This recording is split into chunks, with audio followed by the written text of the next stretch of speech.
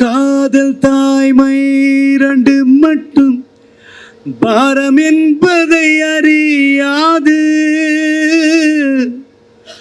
உன் பளிங்கு முகத்தை பார்த்து கொண்டால் பசியோ வலியோ தெரியாது. உன்னை மட்டும் சுமந்து நடந்தால் உயரம் தூரம் தெரியாது. உன்மேல் வந்தொரு பூ விழுந்தால் என்னால் தாங்க முடியாது.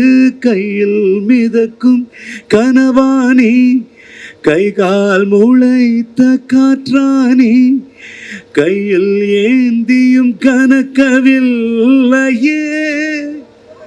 நூறையால் செய்த சிலையானி.